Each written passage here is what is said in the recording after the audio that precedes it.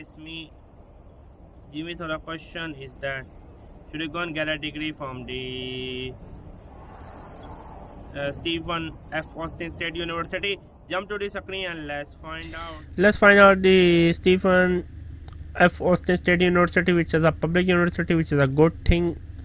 Let me look at the tuition. The tuition is quite good. For instant auto state is a little bit high.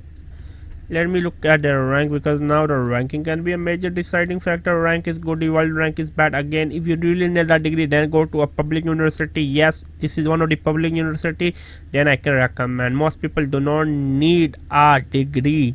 It's better you start a business, it's better you travel around the world, it's better you go on a field trip, it's better you go and learn scuba diving, something like that. It's better you learn a real world skill, start a business, build a micro business, go on an adventure, and then getting a degree. It was me, Jimmy. Subscribe. Bye.